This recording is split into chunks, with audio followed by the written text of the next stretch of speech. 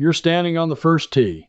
You make the same swing you've made for 40 years, and you watch the ball land 20, 30, maybe 40 yards short of where it used to. Here's the truth nobody on that tee box will tell you. It is not your age. It is not your strength. It is the way the ball leaves the ground, and the fix costs about $1. I know that sounds too simple. Huh, I didn't believe it either. I spent years blaming my back, my hips, the calendar. Then one cold morning at my home course, I watched a 72-year-old man outdrive me by 30 yards with a slower, lazier swing than mine, and I finally asked him why. What he told me sent me digging into a scientific study from 1968, a real one, buried and mostly forgotten, that proved this decades before the launch monitors ever existed. And the best part is you already own everything you need to fix it this weekend. So let me lean over the fence and tell you what took me far too long to learn. For most of my life, I thought distance came from one thing: power. Swing harder, hit it farther. That was the whole equation in my head. So when the yards started slipping away in my late 50s, I did what everybody does. I tried to swing harder. And the ball went even shorter and crookeder, and my lower back paid the bill for a week. Here is the first thing that shook me. When that older gentleman let me hit a few balls with a small radar device sitting behind us, the number that mattered most had almost nothing to do with how fast I swung. It was something called attack angle. That is simply whether the club head is moving slightly up or slightly down when it meets the ball. I was hitting down on my driver. -5 degrees, the little screen said. He was hitting up on his. +4 degrees. Same golf ball. Same tee box. And that one difference was worth more than 20 yards of carry. 20 yards. From nothing but the direction the club was traveling at the moment of contact. Let me explain why that happens. Because once you see it, you cannot unsee it. When you hit down on a driver, you do two things that quietly murder your distance. You launch the ball too low, and you put too much backspin on it. High spin and low launch make the ball climb, stall in the air, and drop straight down like a wounded duck. All that spin feels powerful. It is actually a brake. When you hit up on the ball, even slightly, you launch it higher with less spin. And a ball that leaves higher and spins less does the one thing every senior golfer is begging for. It carries, it stays in the air longer, and rolls out farther when it lands. Now here is what got under my skin. This is not new information that some engineer discovered last year. This was measured and written down more than 50 years ago.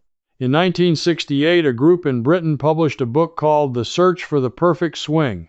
It was written by Alistair Cochrane and John Stobbs, and it came out of a serious scientific project backed by the Golf Society of Great Britain. Real physicists. Real high-speed cameras, the primitive kind they had back then.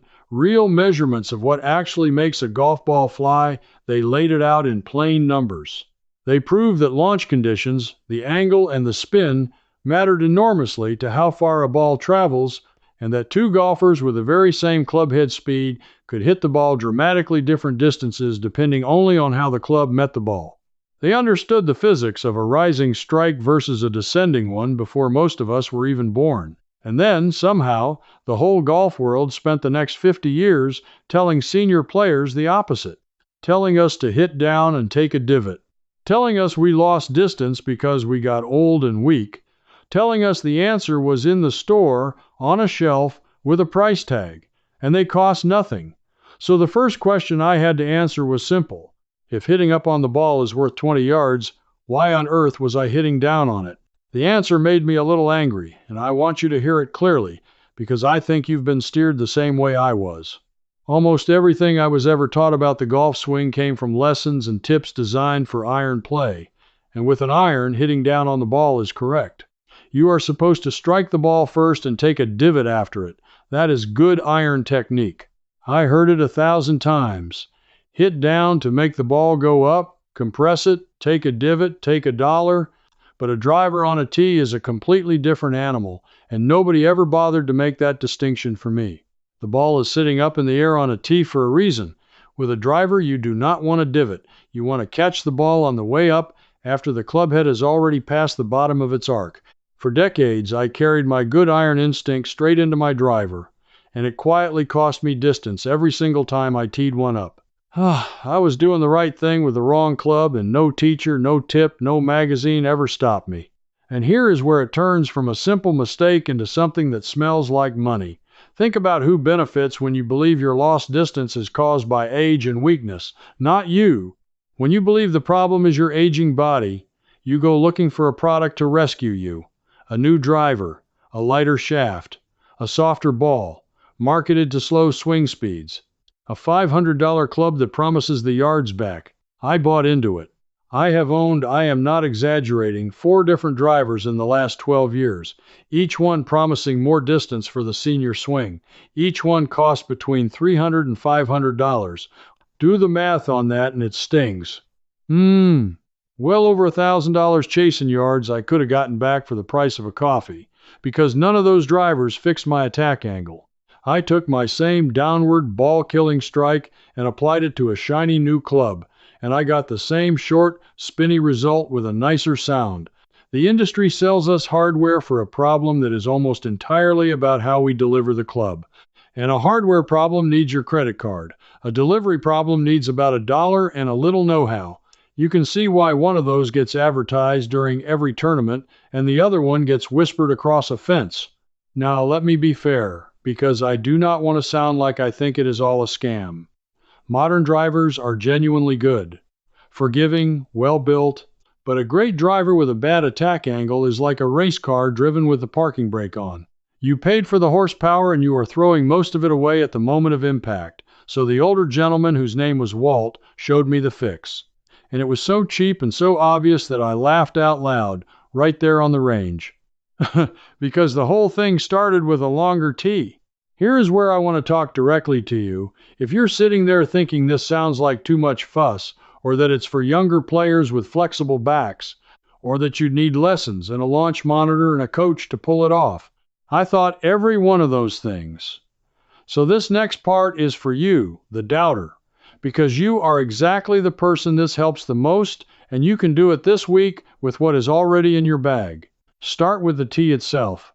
Most of us have been teeing the ball at the same height since the 1970s. The old rule was that half the ball should sit above the top of the driver.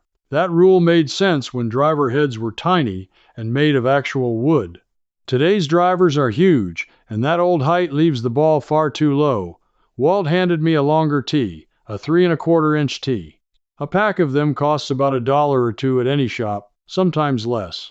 He told me to push it in so that the entire golf ball sat above the top edge of the driver when the club was resting on the ground. The whole ball. That looked absurdly high to me. My gut screamed that I would slide right under it and pop it straight up. I hit it. It flew off the top of the face, launched high, and carried farther than anything I'd hit in years. Because teeing the ball up high does something sneaky and wonderful. It forces you to meet the ball later in your swing, past the bottom of the arc, on the way up. The tee height alone starts nudging your attack angle from negative toward positive without you consciously changing a thing. And that gentleman on the tee, with his slow, smooth swing and his ball sailing past mine, was living proof that the 1968 physicists had it right all along. I have spent a long time gathering everything I know about these forgotten fixes into a guide called Smart Basics, and for the players who want to go further, there are 2 deeper levels called Deeper Fixes and the Full System. Everything in those pages follows the same rule as what you are hearing right now. If it costs a fortune or strains your body, it does not belong there. The simple, honest methods that actually work are the only ones I wrote down. You can find the link in the description below. But Walt didn't stop there, and neither will I, because there are 2 free adjustments that turn that longer tee into real, measurable distance. That is the $1 fix in its simplest form. A longer tee pushed higher, so the whole ball clears the crown of the club. If you did nothing else, nothing at all, and just started teeing the ball that high, most of you would pick up yards this weekend. The first is ball position. I used to play the ball in the middle of my stance with the driver, same as my irons, because that's the only setup I ever really learned. That guarantees you catch the ball while the club is still moving down. Walt had me move the ball forward, up opposite the inside of my lead heel. My left heel, for a right-handed player, way more forward than felt natural. Why does that matter? Because the club head travels in a circle. It reaches the bottom of that circle roughly in the middle of your stance, and then it starts climbing back up. If the ball is sitting forward, up by your lead foot, the club has already passed the bottom and is on its way up when it arrives. Forward ball position plus a high tee equals an upward strike. Simple geometry the 1968 physicists spelled out in black and white. The second free adjustment is the one that felt strangest and helped the most. Walt told me to tilt my spine slightly away from the target at address, to feel like my trail shoulder, my right shoulder, was lower than my left, and to let my head sit a touch behind the ball. Not a big lean. Just enough that if you drew a line down from my nose, it would land behind the ball, not on top of it. That little tilt does something beautiful. It presets your body in the exact position it needs to be in to swing up through the ball. Great long drivers all have it. And here's the part I love. It puts almost no strain on an older back. It is actually easier and gentler than the crunching downward chop I was doing before. I was hurting myself to hit it shorter. So there's your whole free clinic. Tee it high so the entire ball sits above the crown. Play it forward off your lead heel. Tilt your spine slightly away from the target with your head behind the ball. Then make your same comfortable swing and let the club rise into the back of the ball. No new driver, no lesson, no gym membership, no launch monitor, about $1 for a pack of longer tees, and 3 setup changes you can rehearse in your living room tonight with a club and no ball at all. I want to give you the real numbers, because this audience does not run on vague promises, and neither do I. I went and got myself measured properly on one of those radar launch monitors, the kind they have at the good-fitting shops, after Walt straightened me out. When I hit down on the ball at -5 degrees, the way I had my whole life, with my swing speed of about 90 miles an hour, the machine had me carrying the ball around 195 yards. My launch was low, around 10.5 degrees, and my spin was way up over 3,000 revolutions, which is far too much for a driver. After the fix, teeing it high, ball forward, spine tilted, hitting up at +4 degrees, my launch jumped to around 15 degrees, and my spin dropped by nearly 1,000 revolutions. Same swing speed, same 90 miles an hour. I was not swinging one bit harder. My carry went to about 217 yards. That is more than 20 yards of carry, and even more total distance once you count the extra roll, because a ball that lands with less spin and a flatter descent runs out instead of stopping dead. I gained back nearly everything I thought old age had stolen, and I gained it in an afternoon, without pain, without a purchase. This is exactly what the search for the perfect swing predicted in 1968. Those researchers wrote plainly that for the same clubhead speed, optimizing launch angle and reducing spin would produce substantial distance gains. They just didn't have a slick way to sell it to you. There's no product to advertise when the answer is a longer tee and a better setup. Now, I promised you a secret finale, something even the golfers who already know about hitting up on the ball tend to miss. And this is the piece that ties the whole thing together. Straight out of the physics those old researchers laid down and the modern launch data confirms. It's this. For a golfer with a slower swing speed, and that is most of us past 60, the ideal launch angle is actually higher than what the touring professionals use. Much higher. And almost every senior golfer is doing the exact opposite of what the numbers say they should. Here is the secret. The professionals swing so fast, well over 110 miles an hour, that they generate plenty of height on their own and need to keep their launch a bit lower to control spin. But when you swing at 85 or 90 miles an hour, you do not have that luxury. To maximize your carry, the optimal launch for your speed sits up around 17 degrees, sometimes higher, far steeper than the 12 or 13 degrees the pros play, and far, far steeper than the 10 degrees most seniors are actually launching it. Read that again, because it is the whole game. The slower you swing, the higher you should be launching the ball to get your maximum distance, and we have all been doing the reverse. We swing slower, so we instinctively try to keep the ball low and hit down and drive it forward, when the physics screams that we should be sending it higher than ever. That is the buried treasure inside the 1968 research and every launch study since. The senior golfer's greatest lost yards are not hiding in his muscles, they are hiding in the sky, in the 15 or 20 feet of extra height he is too afraid to launch the ball into. And how do you get that height without swinging harder? You already know now. The $1 longer tee, the forward ball position, the little spine tilt away from the target. Every one of those free adjustments exists to help a slower swinger launch the ball high and long, exactly the way the ball flies best for our speed. Walt knew it.